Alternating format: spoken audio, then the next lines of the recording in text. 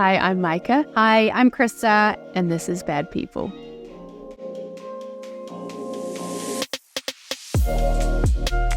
Okay, so today is kind of our origin stories and kind of getting into, why do we exist? How did we come to be? Oh, My origin story. Geez. The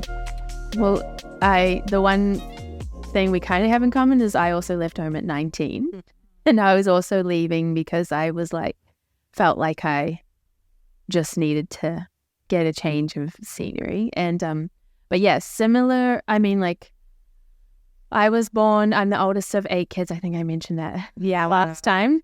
And so, I was born into a Christian home and was, my dad is from a place called the Gilbert Islands in the Pacific, just a little group of islands right above New Zealand on the equator. And he was born there and then moved to New Zealand when he was 10, so was raised in New Zealand. And then my mum was born and raised in New Zealand as well. Her parents, my pop was a part Māori, so that's Indigenous New Zealand, our culture there. And his wife was my nan's European, so she has French and English kind of heritage. And so my mum is a mix of all that. Yeah. And then my dad is from the islands, and his dad, my dad's dad, was an Englishman, European. Yeah. So dad is, he's a mixture of those. And then I'm a mixture of all that. Officially, what would you, how do you, but again, this is how do you define, how do you identify? Which is, I feel like that's a question that is very interesting to get into. But I mean, I now as an adult, I identify myself as, part Pacific Island because I have more of that in me than Māori. But if I'm just going to give people a quick answer, I just say I'm from New Zealand. I'm a Kiwi. You're a Kiwi, yeah. But lots of also native, the Indigenous, right? Which is pretty cool versus I think some people just think, Kiwis are New Zealand. Kiwis can be in New Zealand itself. Yeah. Māori people and island people are kind of one culture. That's right. Considered almost. So if you're either of those, it's kind of we're all the same. Yeah. Right. Which is you're in that community or culture. And but it's also very a big part of New Zealand culture too, I would say, which is kind of cool. Everybody in New Zealand kind of adopts that family and loyalty values of sticking together and being really hospitable to everyone and everyone's family. And I love that about New Zealand. Right. And island culture. But I was born into that. But I think one of the biggest, it's funny about you said, talking about, did you say lore? Stories of they're told to us. Yeah. Which is funny because I was told the biggest, I think, storyline in my life from when I was born was one from a Christian perspective. Right. So not even my cultural heritage. Right. Interesting. Yeah. My pop was very into his cultural heritage and he was a historian and he was a land surveyor. So he helped land claims. Yeah. Yeah. Māori people getting back land that the government had taken away. Wow. So my pop was very involved in that. Incredible. But kind of quietly. Right. On the side. No one really... And it wasn't a family where you were proud of that. No. Now you would be. Yeah. Of course. So I think in our family, the biggest things that were often praised was spirituality. Right. And your... But Christianity. Yeah. Yeah. Yeah, Christianity. More so than... We're Christian. Yeah. Yeah. So anything to do with your relationship with God or your the nature of your Christianity. And that was kind of the top of the hierarchy of what makes you good. Right. And what makes you, I don't know, a great person was your faith in God. And so from a young age, that was kind of normal for me to believe in God and talk about God and know Jesus. And I remember getting baptized, I think, in the bath at no way 6 or 7. No way. Yeah. So before I realized what that was or what I was yeah. Would you say was that culture? was your choice to get baptized at that age? I remember Dad asking me. Yes, okay. Yeah. So definitely asking me like if I wanted to do it. Mm-hmm. But at the time, I feel like, yeah, it was what my parents were encouraging and what everyone around me talked about as being a really good thing. Right. So of course I'm going to say yes. Of course. I'm a child. I'm a kid. I'm like, whatever you want, Dad. Like, of course. Out of pleasing him or out of like genuine, like, no, this sounds like I should want this. I think with my dad, it was definitely genuine because I think my dad he definitely had a real spiritual experience in his early life that did transform him in a way. Right. That was like a tangible, real transformation for him. Yeah. So I think I always sensed that from my dad, like that whatever he did believe it was real at the time. And that impacted me as a kid. And so I felt like God was real because of what I experienced and saw in him. And yeah, as a young kid, like Dad really kind of talked a lot about like God's love. And I feel like he showed that to me as a kid when I was young. Yeah. So I feel like lucky to have kind of got that experience. Yeah. But yeah, I think you were saying earlier that something you lament is that your siblings might not have that same experience that you have, right? That you saw this side of your dad being the oldest. Like obviously you've had a lot of responsibility, that like the downsides of being the oldest child, but that you did see kind of like maybe the purest form of him in some ways. Yeah. And then that also isn't everybody's experience. Totally. Interesting. Yeah, because I have 7 siblings and things have lots has unfolded over the years. But for me, that's kind of where I started. And that's so cool. Yeah. But I saw in my mom, like my parents hopped around to different churches in our small town. So they were kind of brought up in church, and I guess they were just doing what they felt to be right to, which was to go to church. And so I grew up in church as well. Like Sunday morning or like Sunday morning, Sunday night, Wednesday night? Like it was, I think mostly just Sundays. Okay. And my parents did sometimes do like Bible studies. Yeah. Yeah. But then they went through a period, I think maybe when I was around like from 8 onwards, there was kind of a lot of disillusionment with church, and they were like not so interested in it and explored more like home church and that kind of thing. Yeah. And then we were homeschooled as well. So there there was like my curriculum and my part of the reason I think my parents wanted to homeschool us was to be able to have a bit more control over what we learned and infuse that more with like a faith perspective than they perceived school was doing, like for kids, public school, I guess. So that was a big factor in their decision to homeschool as well. And so, yeah, Christianity kind of like it was the thing that we filtered everything through. Right. And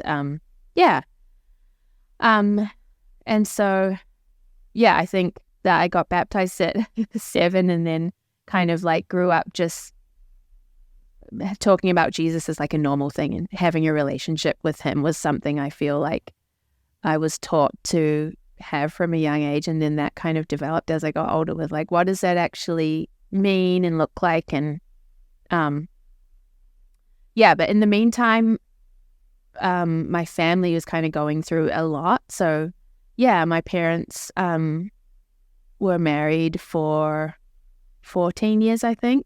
Really? When they split. Yeah. Wow. Yeah.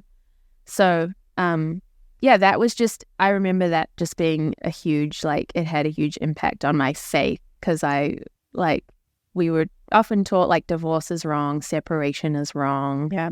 And then all of a sudden my parents had been having trouble for quite a number of years, and like that was taking its toll on them and us kids as well. And then it just led to this, my mum decided to kind of like leave and take us with her. And then, I just remember that being a really confusing time. But I think that was a time where I felt like God was kind of the only one that I could turn to in that time. Yeah. So I think my own faith and spirituality there was kind of like, it deepened, and my reliance on God became really like strong because he was the only person I knew, that like that knew about like brokenheartedness and pain and suffering, and I started to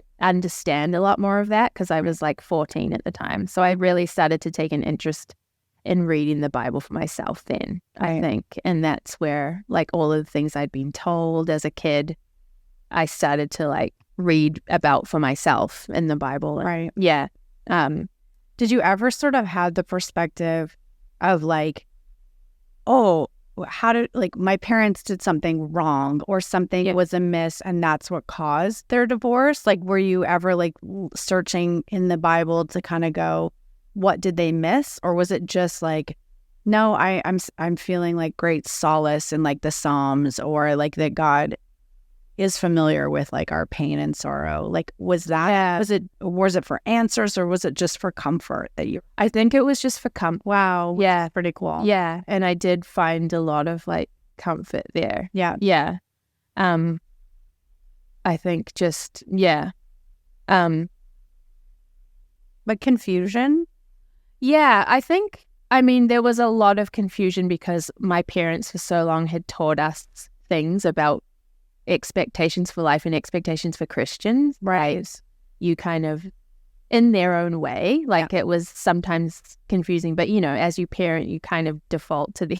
Yeah. So just things about marriage, like that you stay married and that you don't have sex before marriage, and that like dating a whole lot of people or drinking like is wrong, and you don't want to go out and party and like do all these things that are, you know, sinful or just not Christ-like or whatever. Right. And then seeing them really struggle with their marriage and think like, oh, but this, I would have these thoughts of like, this just doesn't seem like it's right, like, because you guys hate each other pretty much. Right. Like, the resentment is that high that it's almost better if you weren't together because you are just causing each other pain all the time. Right. And so, like, having that reality and then trying to deal with, like, the spiritual faith side of it was, there was just tensions of, like,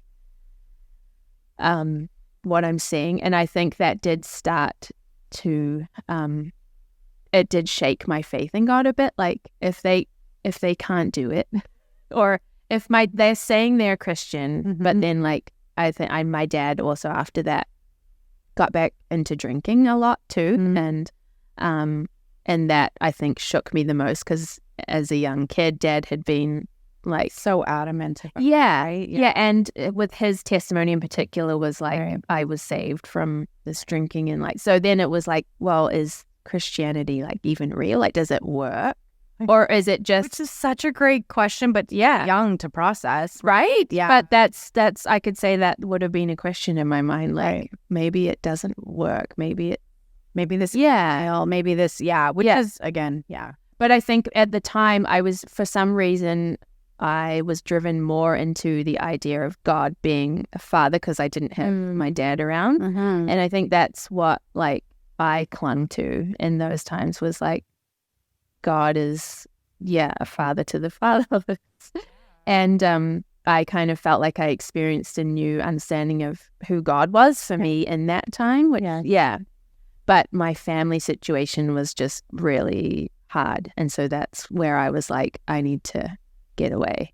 Would you say like I called my situation sort of chaotic? What would be the term you would say, like your kind of core feeling? Probably the same. Yeah. Like chaos. Yeah. Like you just didn't necessarily feel safe in your home, or? No, I didn't feel safe. I felt like always, I felt like I was on my own, I would say. Like I still felt safe because I had my siblings and we often, we had each other's backs. We kind of talked to each other. And, but in terms of, my relationship with my mom at that time was really tense and fragile and just like quite volatile. Like there was a lot of emotional outbursts all the time, or we were always like in conflict about something, but so no one really knew how to like have healthy conflict Right. And it was just like constant, blowing up or, so I kind of learned to walk around on eggshells and try and manage everyone's like emotions and keep the peace and like, similar to you in the sense that you do whatever you need to do to keep the person happy, right? Like, and like to keep, and then I obviously being the oldest, I had a lot of siblings that I kind of felt responsible for because they were younger than me. Totally. And had less power and capability to like prevent themselves from being hurt or damaged in some way. So I felt like the weight of that. It's a lot because it's not just it's a lot. There's so many and like that's it's just saying how complicated things are, and then not having like other adults around to sort of advocate for you, you know, just having like one person in the home, right? It would have been chaotic having like 8 children and 2 parents. I know. Just having the one, and I mean all the stress of that, but then having that fall on you at such a young age is, so I mean, like, even the fact that mum was alone with us is massive to think about. Like, now that I'm a parent with 2 kids, like thinking of having 8 to deal with, but in a sense she kind of like we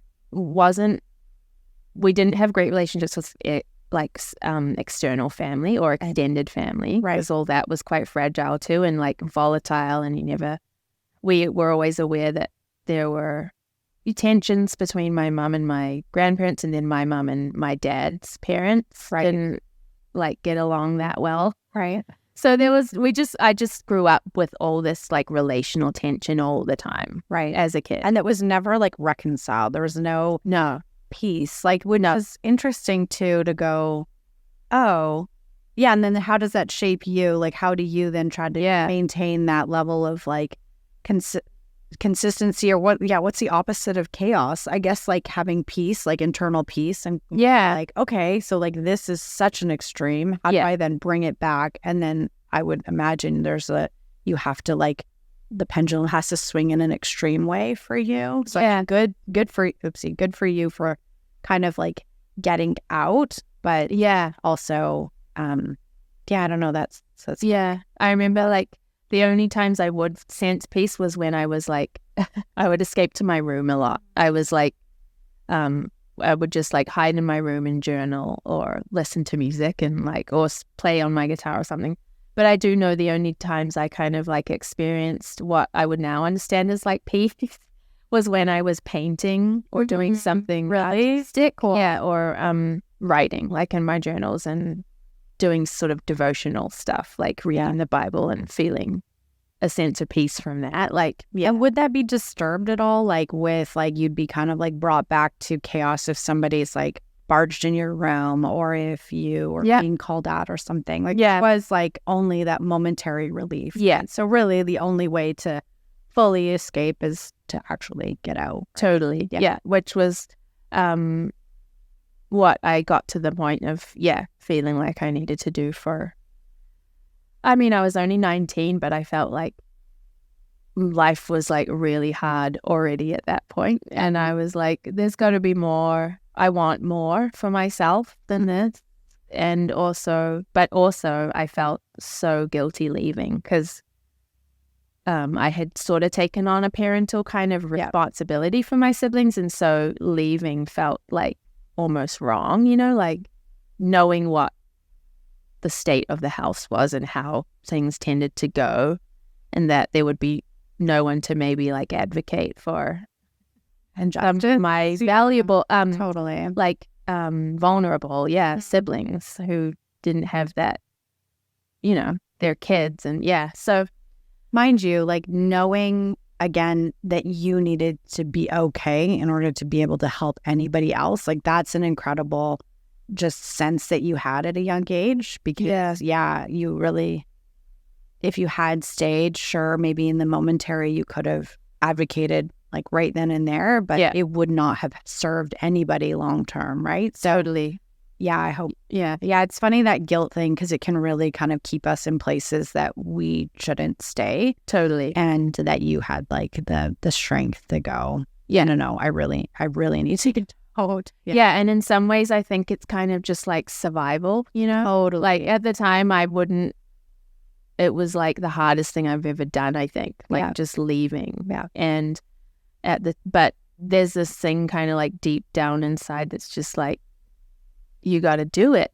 You just have to go. Like, and it's weird, but I think when I look back now, maybe I think that was God. Just like leading me, somewhere. It's funny, those like, often I've reflected on like what is God's voice and how does he lead us? And I think that's still soft. Well, it is the still soft whisper, but it's that gut feeling of just knowing, or even seeing like, no, this is where the opportunity is to move forward, and there's nothing kind of resisting us. Yeah. I mean, there might be circumstances that resist. It's hard to like, I mean, you've moved country. Yeah. So I mean, but things do kind of have to line up to a degree, right? Yeah. And I think that's great that you kind of trusted your gut, because that's the other tricky thing in Christianity, is that there's so much denial of self, or explaining away maybe difficult situations, and you just have to do the right thing. And of course it's hard, because being a Christian is hard. Look what Jesus suffered and all of this, and mistrusting your emotions too. Totally. Yes. I mean, that's just, I think that is one of the sad aspects of the faith that we were part of, or still are maybe a part of, and going like, okay, the denial of like maybe our selfishness, sure, but the denial of self entirely, not a great thing. And that's a really thin line. It is. And you need so much discernment and wise counsel. Like we're always told, right? I don't know when you laugh, like I don't think I talked to anybody about leaving. Like boyfriend who became my husband at the time, who like helped me leave, but other than that, like there wasn't anybody. I just knew I had to. Whereas like if I had thought of, like, I'm sure like in normal situations you talk to like, like a pastor or a good friend or something, and totally a good friend or but even then it's like, oh well, just make it work, or and it's not always great advice, that other people will give you. Sometimes again, just like trusting your gut and hearing what God is saying. In a really quiet way. Because I think it was maybe different for us in leaving home, where usually it's like, or it's like something that's celebrated, or it's like, oh, you're 18, like this is your life is starting, like this is exciting. Totally. And I think my parents tried to be that in a way, but at the same time there also felt a lot of like it wasn't just a releasing of me, it was like traumatic experience. It was kind of like just they were happy for me but also not, at least mom, like I think she found it hard for me to leave, because I was also like a big poof. You would have been a big help to her, right? And to her, and also, but in a way that I now know was not healthy, like being her emotional support and stuff, which I just couldn't keep being that as a young person who's like also wants to experience life, be your own person. Be my own person. And so in a way things did have to line up. Like I had mum had a cousin living in Sydney who was there and had been there a long time, and he'd always been like kind of an uncle to me. Really? So I had like I saw him in like a high regard, and he was someone I kind of trusted, and him and his wife were like, if you save enough money to fly to Sydney, we will, like, you can live with us for free kind of thing. Wow. And we'll just, like, you can help out around the house or whatever, and we'll host you. And so that was the only way I could go, right? I didn't have any money. Like, I was 18. I'd been working since I was 15, but... No way. Yeah. What'd you do? I was like a checkout chick in the supermarket. That's funny. Same. Like, I worked since I was like so young, and would always like hustle. I don't know if you found it a bit of like, again, escape or a way to have like your own thing, but it was the only time I kind of was around my peers, right? Because I was also homeschooled. Totally. And like we were not 100% sheltered because we were involved in like school sports team, younger too. Yeah. So I played netball and sport, and I loved that. Yeah. But like aside from that, I had no interaction really with like other people my age. So when I started working, that was nice because it was largely like 15, 16, 17, just like the after school job. And yeah. I think this is like, was your family situation and what you were experiencing at home, were you encouraged to share that with other people? Or was this an element of like, we don't, like, because for me, it was like, don't air the dirty laundry. Like, you can share certain aspects of your life, but definitely keep certain things hidden. Yeah. Just be fearful of people knowing, too much about the inner workings of things. Like, how did that function for you? Yeah, that's an interesting question because I don't think that was ever really like discussed. Or were you just too isolated to even like, other than your sports teams and like, what are you going to say at a sporting event? Like, I think that's the interesting thing is because I never really, my mum did have relationships, like other friends, but I never really saw my parents have like solid friendships either. Right. It was just them, family, and then the relationships with family were all tense. Right. And then mum did have a few friends that we had family friends. These were friends of both mum and dad that they had known since like I was born, and they have a son who's my age. Right. We were born around the same time. And they were always like family, like we always called them uncle and auntie. Yeah. And so they kind of helped mum when we first left. Right. And they probably were her only support, like, right. But then that relationship got a bit fractured too between her and them. Right. I think maybe because they just disagreed on some aspects of like the marriage stuff. But all the relationships, it was always like talk was always just about problems. Man, yeah. What's wrong and what is hard and what, like there was, not much like lightheartedness at all throughout my child. Like there was times for sure when we laughed as a family and like we had fun. I remember fun outings and stuff. Yeah. But they were like less than, that was the minority of experiences. The majority was heavy. And so I think, there wasn't like much, I don't know, mum never really, I think she wanted us to like, she was fine with us telling people about stuff at home, but as long as we were putting people in like the way that she was describing them, right? Like this is the bad guy and mum's the good person, and right. Because at some point that did change for you guys, right? Where which I get. At the time, mum was in like a lot of pain, and I think because we weren't seeing our dad, we kind of had him in this like idolized kind of perception, right? Because we didn't see him and he wasn't alive, so of course we wanted to be with him, right? And to see him, and like because we were not allowed to do that, right? Of course we wanted that, but we were almost kind of like penalized for wanting to see our other parent. And that was just a huge. There's a lot of things that can really make, even if you want to have a relationship, can make it really impossible to like have one. And have a healthy one without it. I think that's a common theme is managing other people's expectations or what they think is right or wrong. And then having to change how we genuinely feel about something. And then because there's consequences, there are real consequences to your authenticity, which is hard. And then when you have like, that's a beautiful thing, is to be curious or to be, wanting to explore like whether something is actually good or bad, you know, like, and experience it for yourself. And when things are withheld from you, that's hard. I think if there's things to learn now, it's like, okay, how do I not kind of make those same mistakes, right? Because you sort of see, and of course, like, 20, 30 years ago, people understood life differently than we do now. It is great. For sure. Like there's a lot more openness and stuff. I think, it's